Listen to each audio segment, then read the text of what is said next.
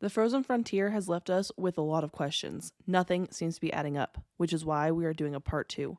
Follow me down the rabbit hole about Antarctica.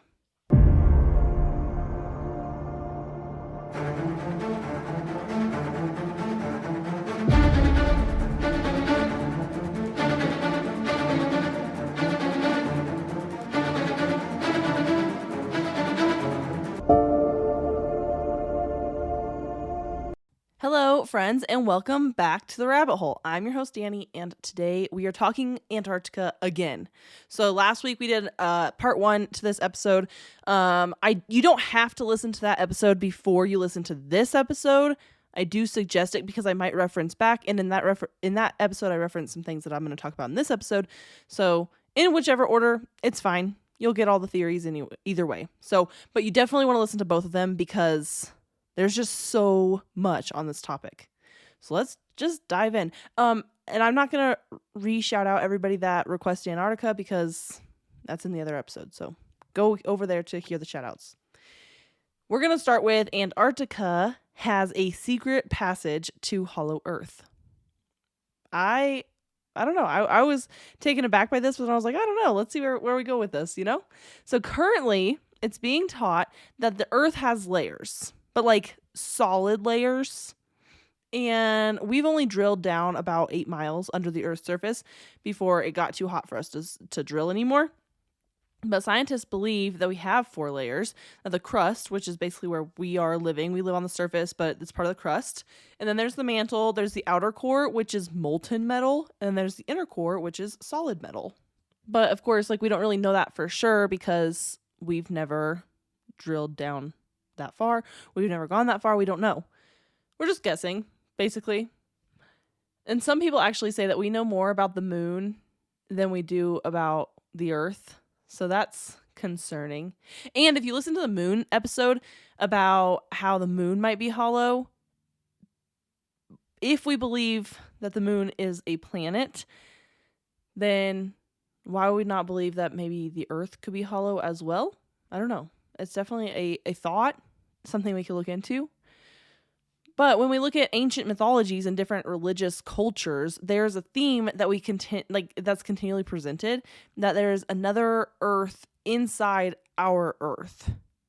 We see this in Buddhism, specifically with stories of a place called Agartha or Agardi, because that's basically they're like an inner world. So you have the world that we live in, and then the other world. And some religions actually believe that that's actually where heaven is like the center or the inner world. This world, according to the Buddhists, this world is inhabited and it's like an advanced race, like an advanced species. And they have vehicles that move through inner Earth that can go from the South Pole all the way up to the North Pole. They can move all around. Whether they're spaceships or what, I don't know. Trains, I don't know. But there's vehicles that they can move around throughout the Earth. This is all according to the Buddhism. But there are some other people that kind of believe that the Earth is hollow as well. Scientist Edmund Halley, who is most famous for Halley's Comet, was fascinated with the idea that the Earth was hollow. He actually believed that the Earth had layers, but not the way it's taught, being solid layers. He thought they were layers with gaps between them, basically atmospheres and surfaces. And then 75 years after Halley, who obviously believed that the Earth was hollow, we had Leonhard Euler, who was a mathematician, and he also had theories about hollow Earth. So this was in the late 1800s that Euler was coming out with these theories, and he believed that the poles, north and south, are thinned to be entrances to the center of the Earth. And he believed that there were advanced civilizations living inside the planet, which is, again, not the first time we've heard this because the Buddhists believe that too. This idea was further explored in the 1940s when American naval explorer Admiral Richard Byrd Jr. flew missions over the North Pole and the South Pole. He was exploring the South Pole, was flying missions over the North Pole. During his flights over the North Pole, he recounted a land beyond the North Pole, which he referred to as the center of the great unknown. He did this all in his diary that was later found. what's weird about this land is that the land was reportedly lush and green, although we know that at the poles there's no greenery at all. It's just all ice. So, like, what did he see up at the North Pole? And then 3 years later, Admiral Byrd went to fly over the South Pole, like do the same sort of missions, just like in the South Pole instead. And while they were there, they were trying to explore and map a great deal of Antarctica, and they did. They mapped quite a bit. There's several people on his missions with him, because like an admiral isn't just going to go on a mission by himself. But it's rumored that when the crew got to the South Pole, they found an entrance to Hollow Earth and found it to be populated with an advanced civilization, which actually means that he went inside this entrance. And this is what Euler had theorized as well, that there was an advanced civilization and that the entrances were at the poles. So, and Euler probably was still alive during this time. He just would have been like very old, but he would have been around. And of course, this is all happening before the treaty was signed. So Byrd had made some like pretty unusual statements about this place. One of those things being that he talked about a craft that could fly from pole to pole, which is what the Buddhists talk about when they talk about Hollow Earth. So, but in true U.S. fashion, naturally, when he got back to the U.S., he was taken to Washington and questioned heavily about his statements. They're like, what on earth were you doing down there? What's going on? Why did you say these things? And then basically he was told, like, don't talk about anything you saw. Because at the time in the 1940s, they weren't killing people over secrets yet. They were just telling them not to talk. And people would just not talk because they had like the sense of patriotism, the sense of pride. And so they were like, okay, like, you know, my government asked me not to talk. And like there was still trust in the government, whereas like now there's really not that much trust in the government. So people really would just like be quiet about it. The same thing happened when we talked about Hangar 18, is like people would just like shut up and like just not talk about it because the government told them not to, which now would never work. And we'll get into that later, which is why people use Savannah syndrome to make you forget things. We'll get into that in a little while. But I'm just wondering, is this why just a few short years later, the Antarctic Treaty was signed and then no civilians are allowed to go to Antarctica?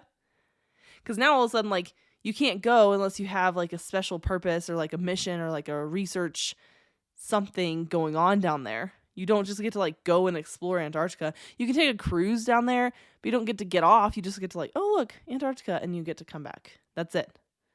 So that's odd. It seems a little weird to me. Moving on, we have UFOs in Antarctica, which I don't think it's any surprise that there are UFOs in Antarctica because there's UFOs everywhere. Everyone, I mean, right now, all over everywhere, you can see that. Mexico has come out with a couple corpses of their aliens, which again, I think that because it's so mainstream, they got to be covering something up. Something's going on. But anyway, not the point. That's not here or there. I'm just saying that yes, I'm sure that there's UFOs in Antarctica, but here I am to give you the news anyway, right? That's my job. So we have had crashes, obviously all over the world, but there is evidence of UFO crashes on Google Earth in Antarctica. Did you know that over 40% of Americans have a hard time swallowing pills? So when it's time to take your vitamins, large capsules and pills are out of the question.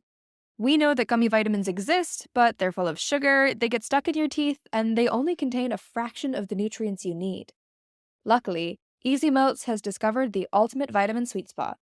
Vitamins that melt in your mouth, taste like a treat, and are packed with nutrients ready for absorption, all without an ounce of sugar. For a limited time, Easy Melts is giving listeners a free 3-month supply of vitamin D3 with their first purchase. To claim your free D3 vitamins, visit try.easymelts.com/spring24. That's melts.com/spring24. Say goodbye to the old way of taking your vitamins and say hello to the easy way. Menopausal and perimenopausal women, listen up. It's time to take control of your health and comfort, and Winona is here to help. Winona is a telemedicine company for menopause care who believes that your symptoms are real, important, and deserve to be taken seriously. And for many women, this starts with hormone replacement therapy.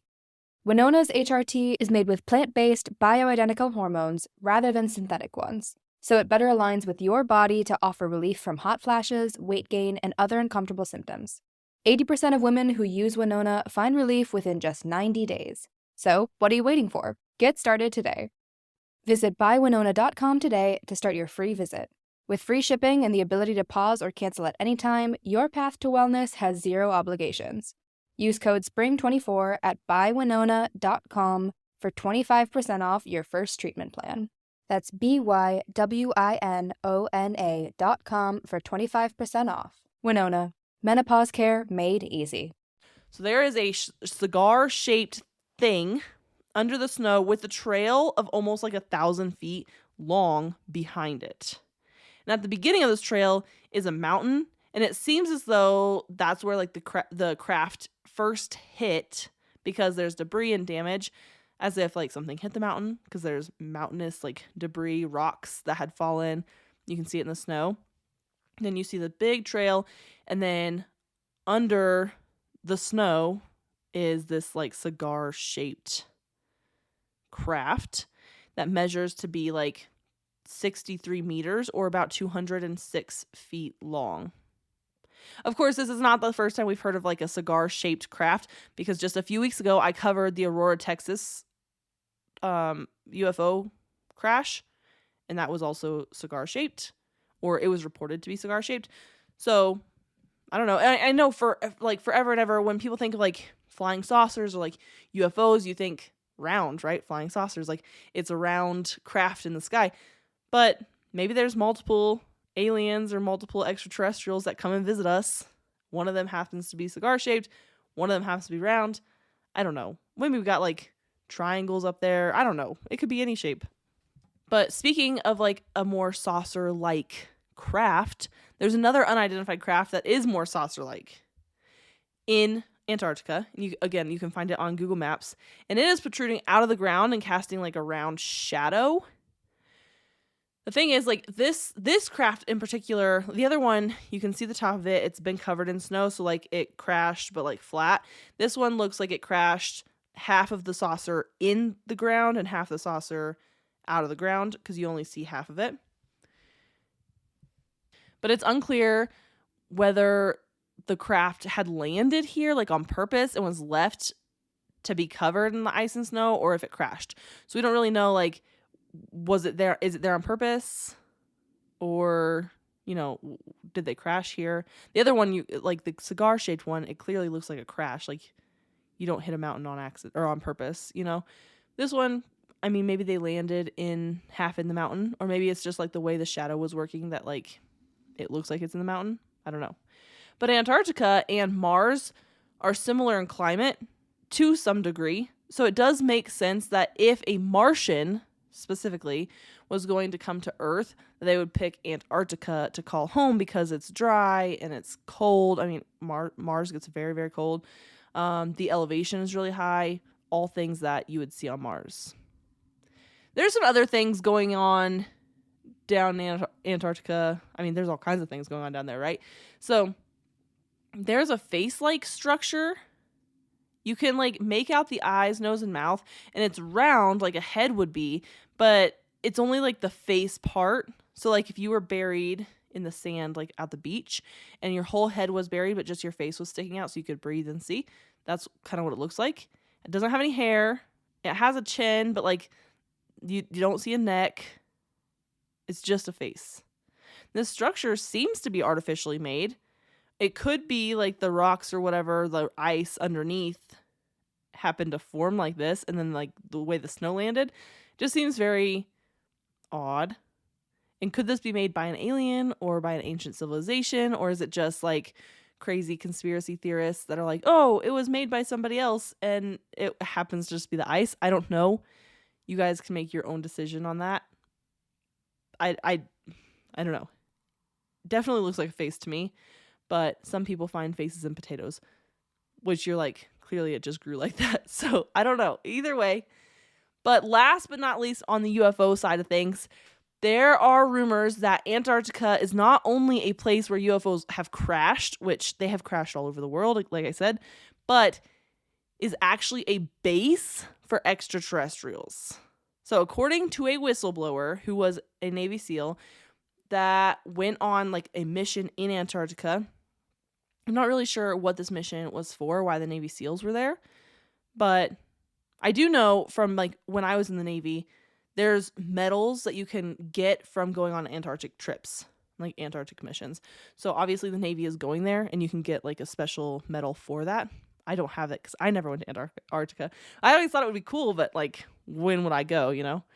So there was a hexagonal structure that this Navy SEAL team had gone into. He describes it as being lit like a lime green color, although he couldn't find the source of the lighting. And it had basically like hieroglyphics all over the walls. He didn't say anything about seeing a being in or around the structure or like, anybody living there, but this could be where beings are living or basing out of and then like going all over the world. Maybe they're based there and then they fly and that's why they crash all over the world. Unknown. He did say that once you're inside, it's like a nice warm 68 to 72 degrees Fahrenheit, of course. Which is beautiful, like any other beautiful day.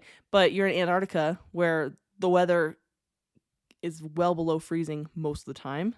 So you're going from well below freezing, so you're in all this gear into this structure that is nice and warm and beautifully lit. It's got pictures, hieroglyphics, not the way we would expect hieroglyphics to be, but like alien hieroglyphics all over the walls. I don't know, very odd. But that's, of course, if we choose to believe this man that said that he went there. I don't know. I don't have the name of the Navy SEAL. He in the video, of course, I have all these videos and everything in my show notes, all my sources. But in the video, he's blacked out and his voice has changed. So you have no idea who this guy is. We don't even know. He could just be some guy making it up. He might not even be a Navy SEAL. But that's what I got about the base. Of course, then we have the flat earth theory. The flat earth theory says that Antarctica isn't the bottom of the earth at all, but instead it's an ice wall all around the edge of the earth. So in this theory, the North Pole is said to be the center of the flat circle earth. And they also like point to like the UN's symbol representing the earth as flat, being like, look, the UN is literally telling us the earth is flat. We should believe them. But we'll do an entire episode or maybe a 2-part episode, I don't know, about the earth being flat. But for this episode's purpose, I just wanted to like share that Antarctica has a bookmark in the flat earth theory that it is just the ice wall around the edge of the earth. And that's why they signed the treaty, to keep the secret that the earth is actually flat instead of being round. But when we get there, we'll do an entire flat earth episode, maybe 2. I don't know how long it'll be or how much information will be found on it, but we'll go more into all of this. So if you're looking for more flat earth stuff, you just stay tuned because it's going to come. I say that about a lot of things. I noticed that when I'm doing my research, a lot of theories, and I'm sure you guys see this in your own life too, a lot of theories kind of blend together, and like you have like the Illuminati and several different theories, or you have the flat earth idea and several different theories. UFOs come up all over the place. Aliens, right? And so it's hard. I want to touch on them because like obviously we need to bring them up. Or like in the Queen Elizabeth episode, I talked about Princess Diana, but then I was like, well, I'm going to do an entire Princess Diana episode because there's more to that story. So I find that in a lot of my episodes, I'm like, okay, let me touch on it here, like bring it up, but then I'm going to bring it up in that episode as well. So when we get to Flat Earth, I'm sure I will bring up the Antarctica theory yet again. But now we're going to move on to Eric Hecker, who is a whistleblower, and I mentioned him last week. I've mentioned him in another episode, the intrusive thought device episode. He was on the Sean Ryan show. That is linked in the show notes. Please go check that out, because I'm stealing information, not stealing, but I'm taking information from their episode. So I want to give them credit, and you guys can go check it out. I would expect that if somebody took information from my podcast, that they would give me credit. So I'm just trying to be a good podcaster in this community. So if anybody knows Sean Ryan, please tell him that my husband loves him. Moving forward. So Eric Hecker, he was a plumber. He was a Raytheon contractor, and he was contracted as a plumber and then as a firefighter stationed in Antarctica for a year. So he was first stationed as a plumber in like the summer season, which the summer season is their busy season out there. Not very many people stay for the winter. And then he got contracted for the winter as well. And that's when I'm understanding is when he became the firefighter aspect of that as well. So he played multiple roles, but I think that people in Antarctica probably just have to play multiple roles because of the lack of people. He claims that there are technologies we can't even wrap our minds around at the South Pole, which honestly makes sense because we have this entire continent that civilians aren't allowed on, and they can do basically whatever they want down there. And it's huge. It's not like a little tiny continent. It's massive. So they have these stations where they're doing research, and a lot of the stuff they are doing, I'm sure they're doing like actual research down there for sure, but I'm sure they're up to no good as well because governments love to be up to no good and then love to not tell us about it. So he brings up one of the biggest things is the ice cube neutrino detector, which it's the biggest project going on in the South Pole and was built to detect energy particles called neutrinos that originate outside our solar system.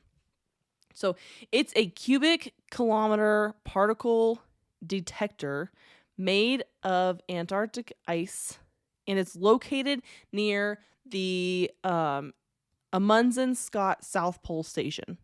So there's multiple South Pole stations. This is where this one's located. Neutrinos are an almost like massless particle that have no electric charge, and they can travel at near light speed from their origin to Earth with nearly no attenuation, no deflection by magnetic fields. So a lot of them, they mostly are born from violent astrophysical events, such as like an exploding star or gamma ray bursts, and then they are sent in our direction. Some of them come from the sun, and they're important because I was like, why do we care about neutrinos, right? Like, who cares about them? Well, they help us understand the kind of processes that go on in the sun. So like we're trying to learn more about the sun, even though we know nothing about our Earth. And they're an important building block for the blueprint of nature. So they teach us a lot about science-y things. I'm not a science-y person, so neutrinos are important. That's all I know.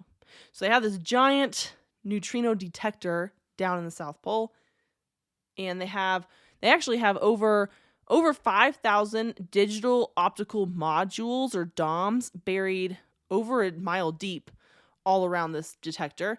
And these DOMs basically look like basketballs or like a ball of some sort, and they're just buried all over the place. I was going to get super sciencey with it, but then I was like, I'm not really understanding the science, and that's really not what this is about. Like, we don't care about the science that much.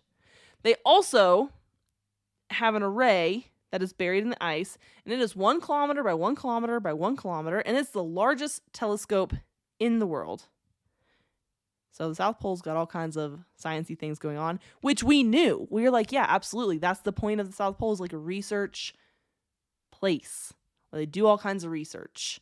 So them doing this research totally makes sense, not sketchy at all. What is super sketchy is that this neutrino detector can do things besides just detect.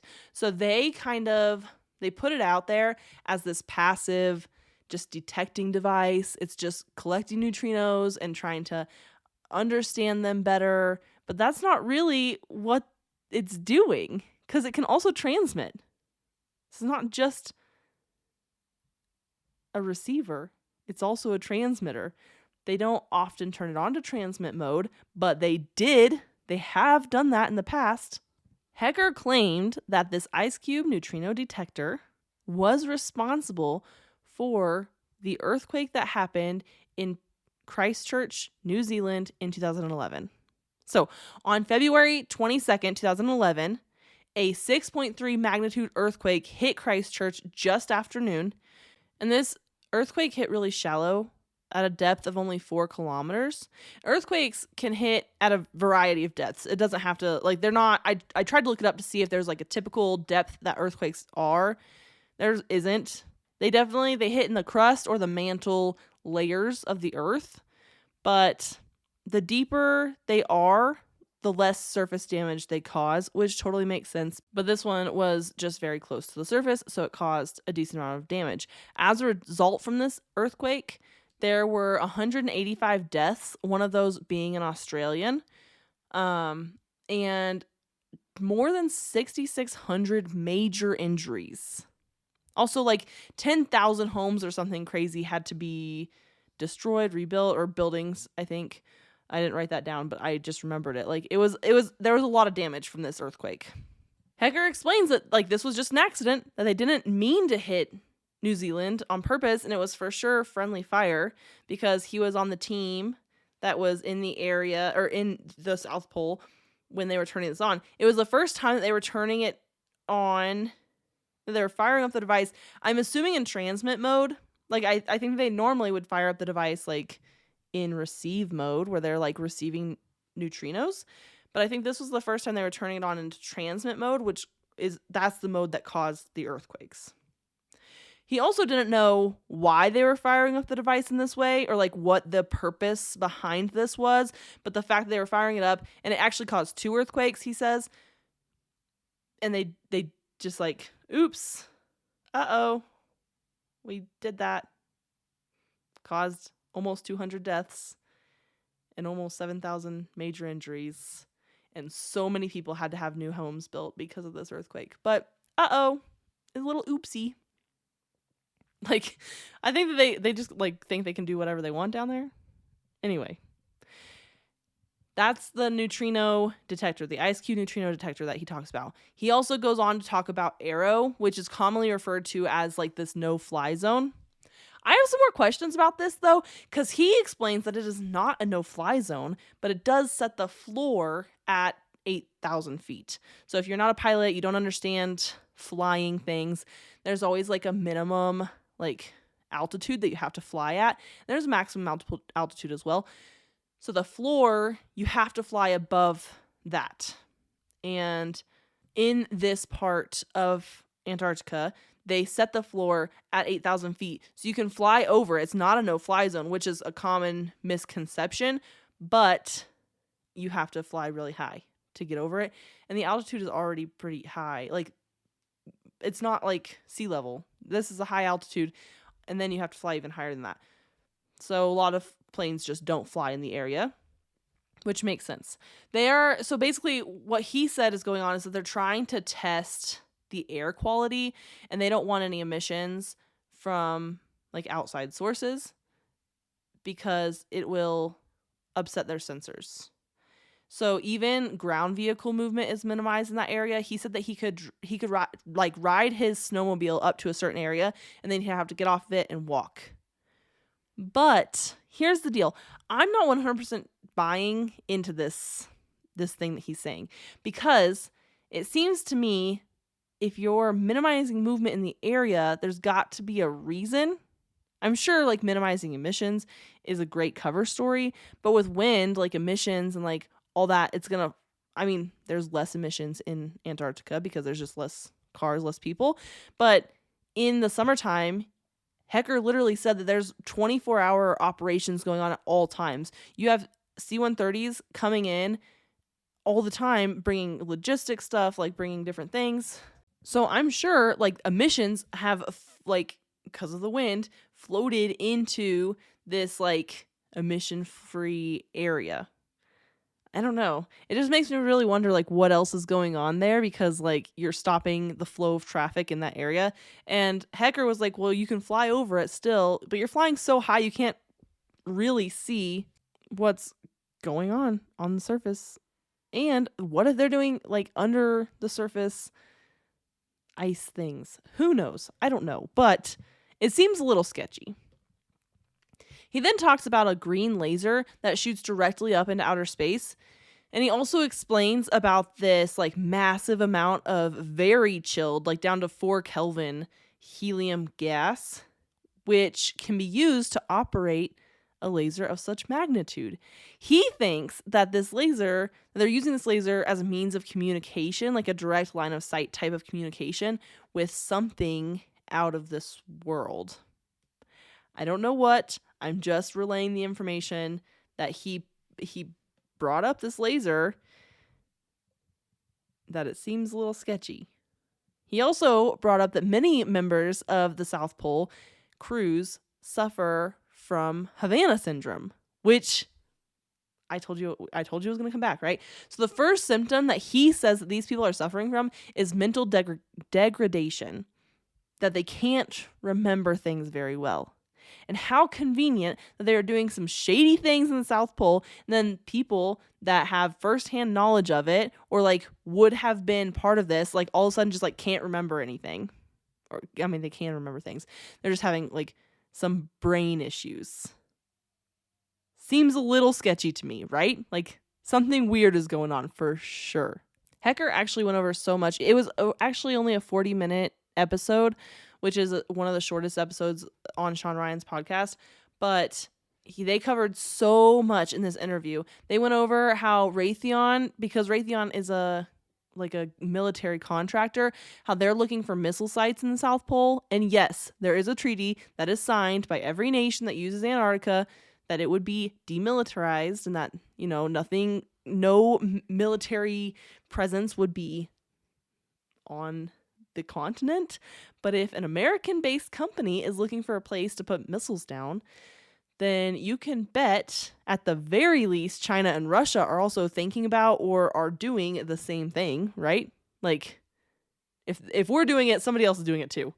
He also says that the power, like to power these military systems, could be coming from like a nuclear power found in a building that was built in 1957, which is 2 years before the treaty was signed. So the nuclear power could still be maintained and like just like grandfathered in to part of the Antarctic Treaty. I don't know. There was a lot going on in that episode. I highly suggest you go listen to it. Thank you, Sean Ryan, if you ever listen to my podcast, for having Eric Hecker on your podcast so I could steal all your information. I appreciate it. We're going to move on to Buzz Aldrin. And I know what you're thinking. Isn't that the guy that was like second to be on the moon? Yeah, absolutely. I talk about him a lot in the moon landing episode. So if you want to hear that, that's like one of my very first episodes, way, way back in the day, did that. But this was not about the moon at all. Even though he's telling everybody, like, keep exploring outer space. He just like is an adventurous guy. He wanted to go on another adventure. So he went to the South Pole on an expedition at the age of 86. Because who doesn't do that when they're 86? While there, he either had altitude sickness or a heart attack. Sources differ on what ailment happened. And he had to be evacuated. And he spent a week in a hospital in New Zealand recovering from whatever happened. Either a heart attack or altitude sickness. Apparently, he tweeted a picture while again, sources differ on a lot of things. So it's either while he was being flown to the hospital in New Zealand or right after his recovery, he tweeted a picture of the pyramid in Antarctica and a caption that said, "We are all in danger. It is evil itself." And then the tweet was later removed. And now he doesn't talk about it. So nothing fishy going on here. Someone close to Aldrin actually reported that he said that we thought out some things that we shouldn't.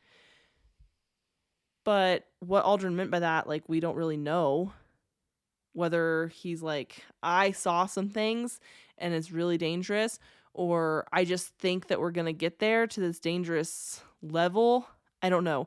But either way, there's clearly some weird frozen things in the ice or in parts of the ice in Antarctica because we have found some things. In July of 2023, NASA organized a team of 11 researchers to go to Antarctica to study the melting glaciers. Totally reasonable reason that researchers would go to Antarctica.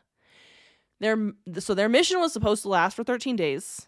I don't know if it went longer than that, but that matters here in a few minutes.